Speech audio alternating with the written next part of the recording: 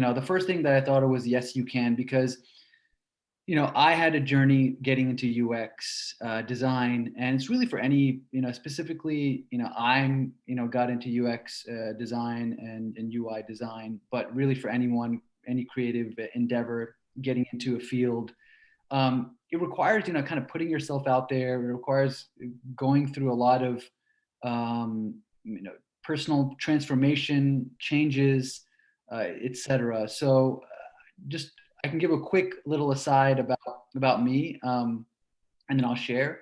Um, my background again. I've been working for 18 years, and I kind of split my career into like two sides. The first 8 or 9 years, I graduated out of college as a computer science and math, double major.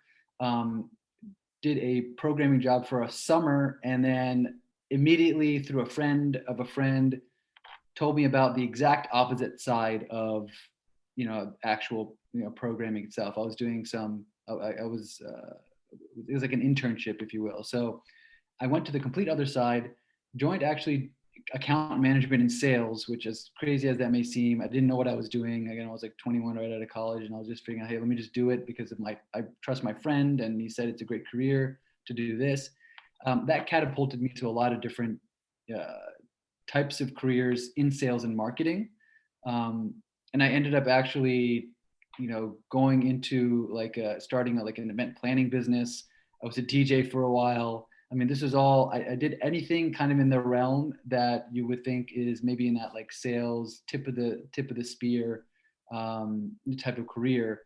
I did eventually, I at one point I got married, and kids are on the way and all that. So I had to figure out if that was going to be the career for me for good, and double down, or if I was going to switch into something.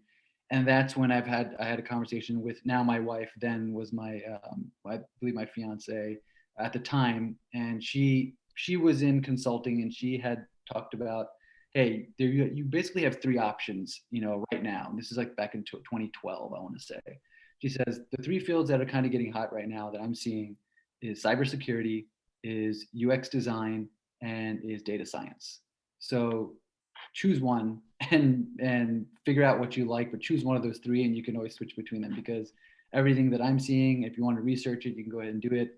um, I decided to kind of just bite the bullet, try something new, totally go for it. And again, mind you, I was diving into the field after I've already had, almost nine years of experience, almost 10.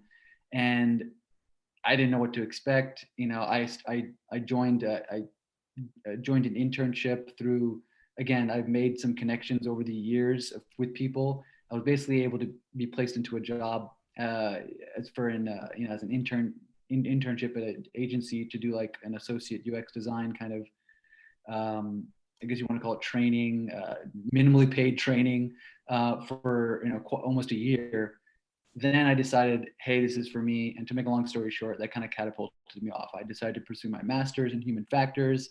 I came out and just was doing contract after contract, and here I am today, and I do a lot of things. So let me share my screen. I'm going to talk about kind of everything, kind of increasing your confidence, not only if you're like changing careers or in the middle of something, but also like if you're in a career right now. And I'll kind of get to that in a minute.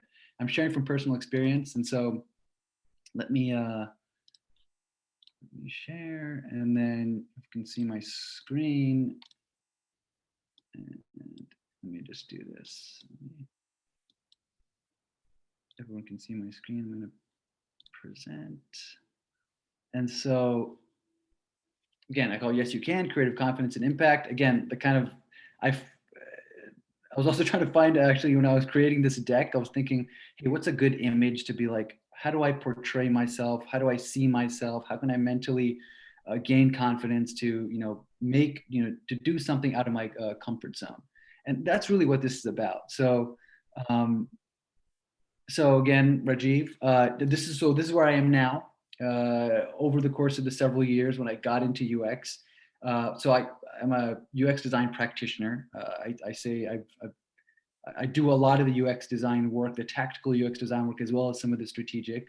I've also had a couple of gigs as a manager of a UX team. A year and a half ago, I founded a Shift UX masterclass because I saw the struggles of people trying to get into the field of UX, and I think as being an inclusive field, I want to give people the chance through coaching, training, what I thought was practical, tactical ways to get into UX. So I started my own masterclass that basically helps with the foundations and fundamentals of what I think it can propel people into the career, as well as I do some portfolio coaching and helping land people in jobs as well. And I have a masterclass for that as well. So I also teach UX design at Georgetown University in their master's program called DMC, which is Design Management and Communications. Again, I came across this. Georgetown is my alma mater. I graduated from them, like I said, 18 years ago. Decided if everything comes full circle, right? Again, coach advisor at Clicked. You can take a look at click.com. I do. They basically help people, change careers and provide experiences and workshops and shared case study type of scenarios to kind of help people gain experience and put yourself out there. So again, add me on LinkedIn. My name is Rajiv. My full name I'll show you at the end, so you can go ahead and add me.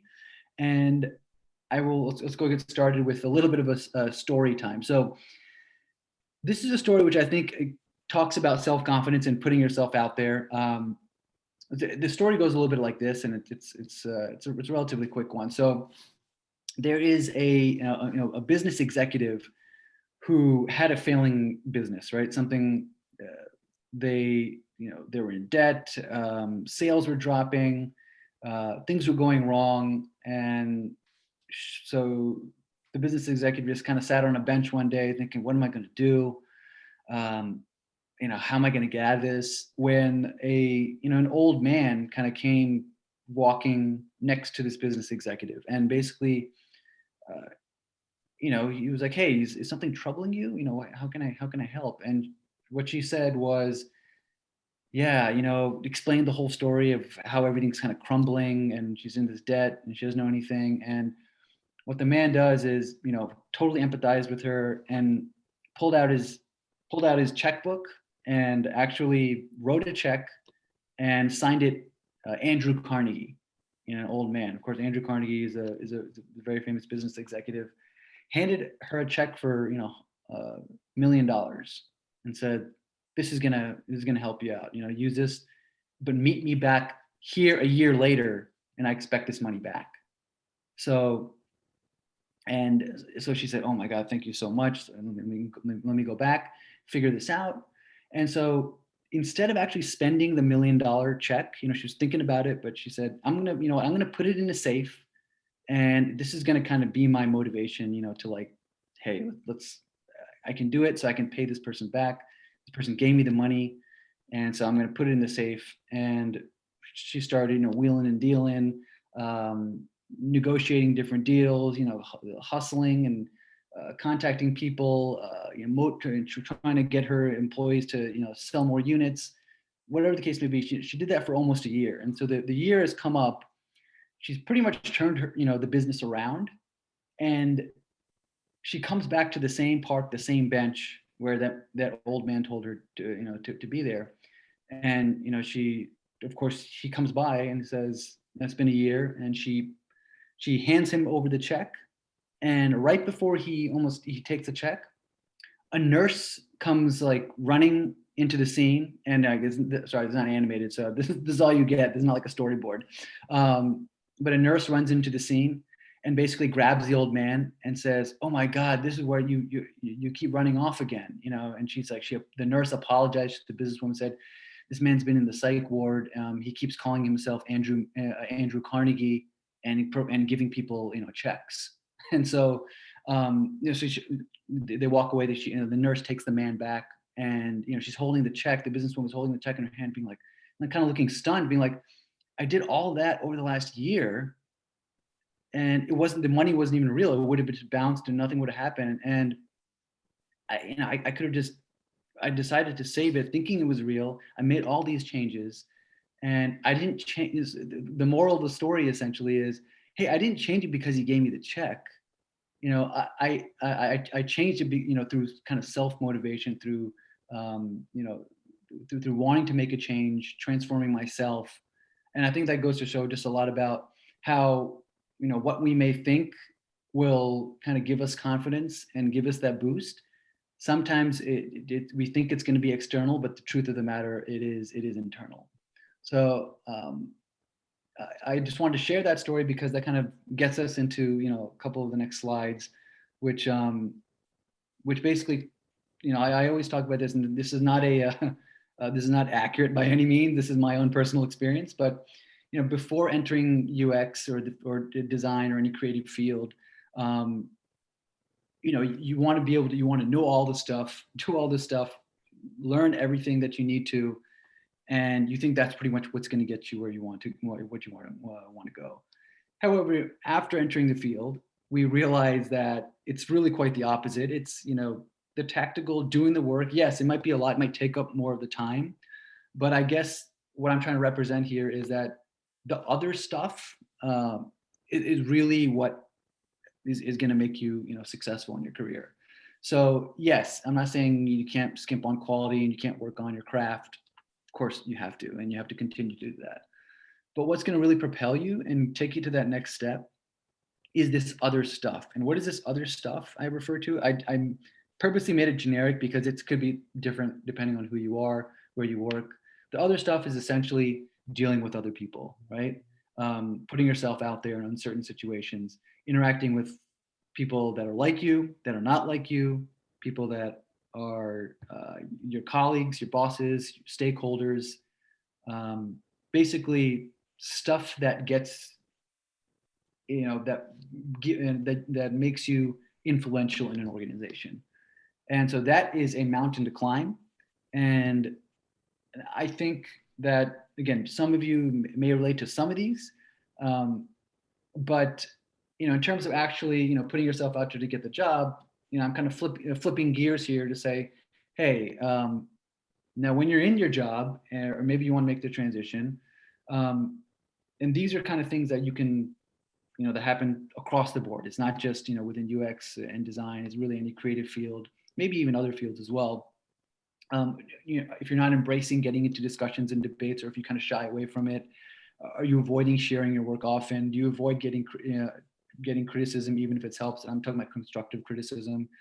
And you want your work to be ready enough, right? Do you go into Outlook and then like a day before the meeting, you're like, that's not ready, I got to move it another 2 days? I've been there, my hands raised, in terms of moving that because it wasn't ready enough, or maybe you didn't have time, or you're pushing it off. And do you also avoid saying, I don't know, right? Do you not want to come off as indecisive? And so if you can relate to any of these types of things, this is kind of the root cause of just like, this is the sort of the symptom of the root cause. And so the reason why I say this is, first, you kind of have to know what motivates you, right? And so there are three ways in which knowing what motivates you. And sometimes it's a combination of both, but usually you fall into one of these buckets. It's either people, process, or results. And if you're motivated by people, then you don't want to let people down. So if you're the type of person that you got to do something because you don't want to let the person down, and then you fall into this bucket. Your motivation is basically, being accommodated for and making, you want to make other people happy. If you're motivated by process, then you don't want to stray away from a step-by-step structure. So in times of like, you got to get something done, and if maybe the people is not the person itself, or whoever you're going to show something to is not your motivation factor, but you're like, I need to follow this step-by-step structure. What motivates me is being organized and knowing that I'm following this step-by-step. So in times of just, stress, or, time crunches, if you're motivated by process, then you kind of lean towards, okay, what's the way to do this? What's the structure? What's the step-by-step? And if you're motivated by results, then you don't want to miss a deadline. So you're thinking about the outcome. You're thinking about what value it's going to create to a user, to the business. You can't miss the deadline, because then things are just going to keep rolling forward and things are not going to get done. Now, there's no right or wrong about, what you fall into. Me personally, I'm motivated by people. And I realized that once I realized that, I started creating some different hacks, in my workflow to make sure that I can put myself out there, increase that slight uncomfortableness in order to, eventually increase my confidence. And I'll give a couple examples in a minute or two, but so this is what motivates me. But you have to know what motivates you. And maybe it's a little bit of both, and maybe in certain situations people motivate you, but then when push comes to shove, you're like, okay, results. I'm I got to get it done because I have to meet the deadline. Um, and also the second thing, know the type of problem solver you are. So when I'm talking about know what motivates you, know what type of problem solver you are. These are the initial steps. If you ever want to, eventually increase your confidence to put yourself in those situations, you have to know this before you can even try to approach other parts of it. And I call this, and if you want to look this up, I pulled this from something called the Basadur profile, Basadur profile. It's basically ways to group what type of problem solver you are. And there's a generator, there's conceptualizer, there's optimizer or implementer. And usually the best performing teams are made up of all of these types of people. A generator likes to get things started, right? Like the inception of a product, or a product, or some, mission, or whatever the case may be, kind of getting things started, and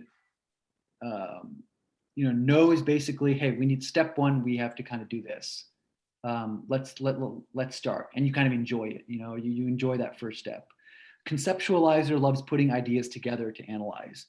So this is kind of like, hey, you can start the stuff, but once we actually, do the workshops and everything like that, I like to, kind of put the ideas together so we can sort of analyze it and synthesize it and maybe start seeing patterns and those types of things. This is, if you're in if you love, user research or just research in general, you may kind of have an affinity towards this. An optimizer turns abstract into practical plans. So this is kind of taking that gray area, of, let's just say, for example, a product process, and figuring out like how to map this to like a timeline of like how this is going to get done. Sometimes a lot of some people in UX field, some people in the product management field love this. They're really good at it. Taking kind of what's already there and then figuring out a roadmap of how to get that, to a set of steps. And an implementer is kind of your typical gets the person done, always driving the decisions. Maybe typically like your impatient person, not, less talk, more do, that type of thing. So as you can see that if you had a room full of people, maybe a team, and you had a bunch of generators and conceptualizers, guess what? Nothing would get done in that room because you're just talking, everyone's indecisive, everyone's living in the gray area. They come up with more ideas, but then no decisions are ever being made. Conversely, if you're like have a room and a team full of implementers or maybe even optimizers, they basically try to rush things out. And so this is obviously sometimes it's the typically speaking, I'm not saying this is a generalization, but typically people in the UX field are usually seen kind of in that generator and conceptualizer phase. Maybe some optimizers, and then some people like product managers, maybe people on the business side, and maybe scrum masters and those types of things. Optimizers are like implementers. Hey, what's coming next? We have to get it done. We have to go by the numbers of how much has been done. So know the type of problem solver you are and know what motivates you.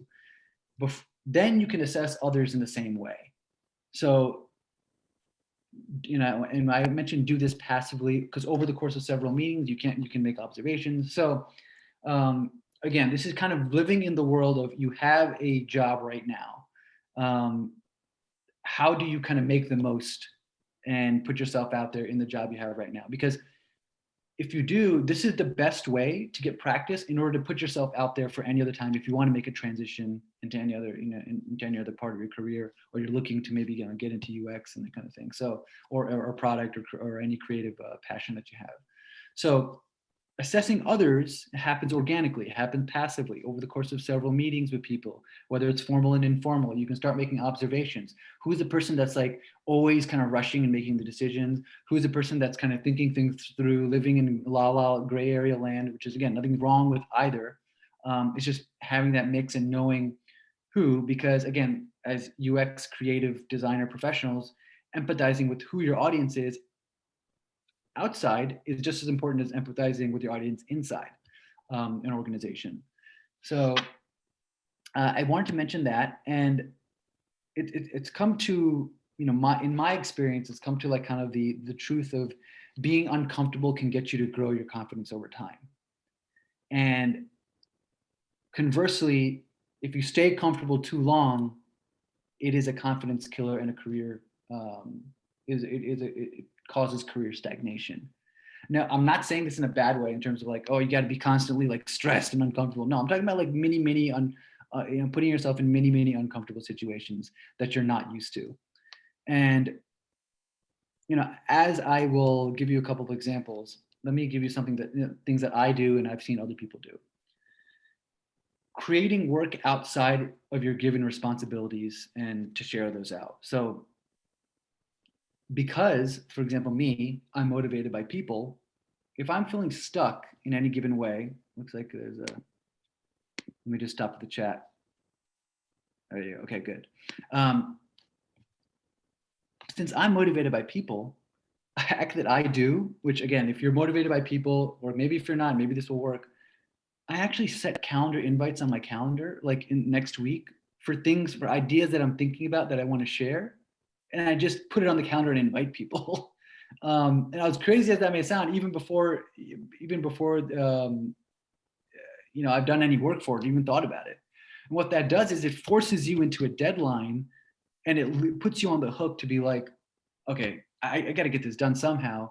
Now, whether you're driven by process, by the results, or people, you have to kind of adhere to that, and that puts you in a little bit of an uncomfortable situation. Is it is it crazily stressful? I mean, I hope not, but maybe it's a little bit.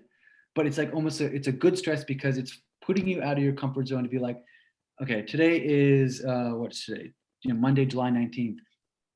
Today, for example, I put a calendar invite for 1 hour on Friday for a working session for something that I'm working on right now. Do I know what I'm going to exactly do? I just want agenda to follow. Again, general idea. I got to figure it out though, because I said I'm going to do it and I invited like 3 or 4 people, so I got to do it. And that may seem daunting, but it's almost a hack that I've done myself that works. Another thing is you can share your ideas tomorrow. So whatever you're working on right now, force yourself to share it with someone who you don't usually share with.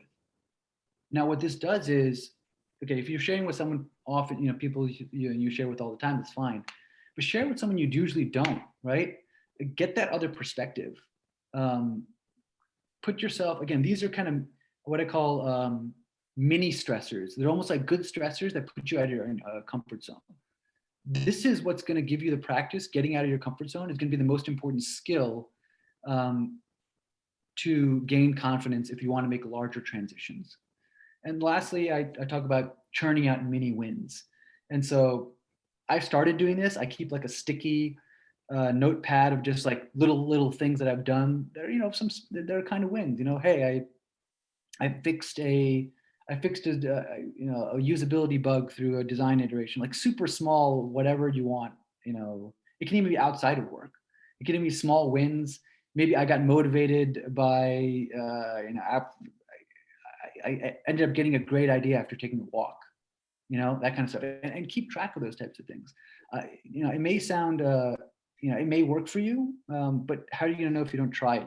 I started trying it, and I kind of have it on my desktop sometimes, and I open it up. I'm like, yeah, it almost gives you ideas sometimes. You're like, let me go for a walk. Maybe I'll get another idea or something like that. So again, sticky, moderate task completions. And then if you want to make a reward out of it, that's fine too. Oops. Pro tip number 2, and this is my last one, is master visual communication, even if you're not a pure designer. So again, being from the creative field, some people lean towards, and maybe you do a lot of UI design, maybe you do a little bit of UX, maybe you do your own research, maybe you do a little bit of everything, maybe you're just, um, what I say is presentation design is UX design. And so use visual communication, storytelling, and best practices for presentations every time you present.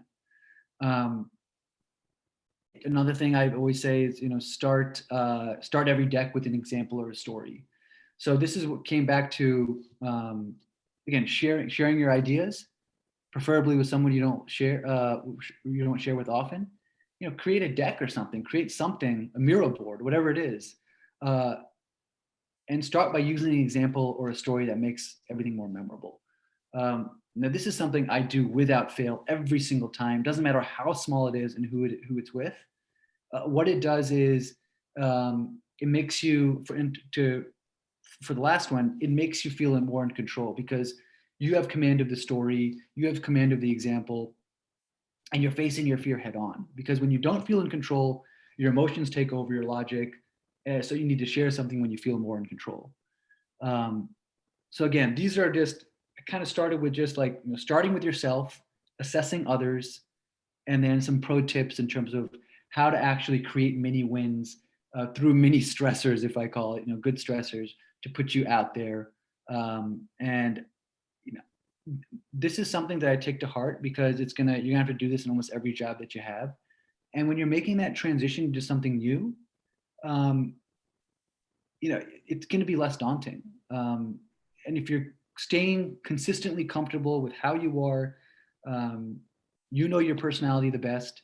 But if you're not testing that spectrum a bit by doing things oppositely from, when you for what you are, then I think that doesn't that doesn't do you any good. So I'll give you an example. If last example, and then and then I'll take questions.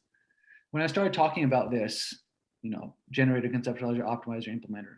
If you're a generator or conceptualizer, right? You live in gray area. You embrace ideas openly, but you're not good at making decisions concretely, and do it afterwards. Start pushing yourself in certain situations when you're sharing things out or when you're in a group to be like, you know what? I need to just let me just say, hey, what are we going to get done next, or what's the next step, or what can we do? Um, that's the hardest thing sometimes to even just think in those terms because maybe naturally you're not like that. Oppositely, if you're like, I just need to get things done all the time, hey, why don't you try to take a step back? Maybe you're just living, you have that, they call it, black and white. You live in that black and white, you hate the gray area, you want yes and no's, and you love it and you embrace it, and that's what you like. Start trying to embrace that gray area of uncertainty and take a step back, try to be more consensus driven, ask more questions, those types of things. But a lot of the advice that people come out there is kind of generic to just like certain types of personalities. So I think the most important thing is to know thyself first before you can start observing others and see how they are. I am a people person. I'm motivated by people, and I am I'm a conceptualizer. So I like to, analyze things, find patterns, do all those types of stuff. But I constantly have to remind myself, okay, what's the end game? Like, how is this going to actually create like a to-do list? And what I've done over time is force myself in that situation, excuse me, to now I feel like I'm actually a pretty good optimizer. Like I can create a decent roadmap based upon a lot of um, stuff and analysis and descriptions and characteristics and data that's come across. I can figure out, I'm like, oh, hey, I've done it enough times that I've actually flexed my own personality and what I'm naturally good at to something else. So I think this is crucial, to know this. So I wanted to, put that out there. Again, I tried to squeeze this in about 30 minutes, so hopefully I was able to do that. But I wanted to also take any questions at all. If you want me to go to a certain slide, if you have any questions, Did anything resonate with you, or like, you know, are you a generator or optimizer? Are you motivated by people, etc.? So please speak freely. This has been great, Rajiv. A lot of eye-opening for me, I must confess.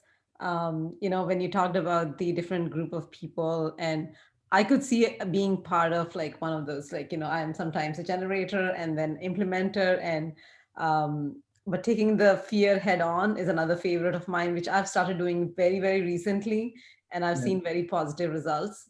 Mhm. But I just want to say, before I dive in, I'm going to stop the recording so that people are more comfortable. Sounds good. Questions offline.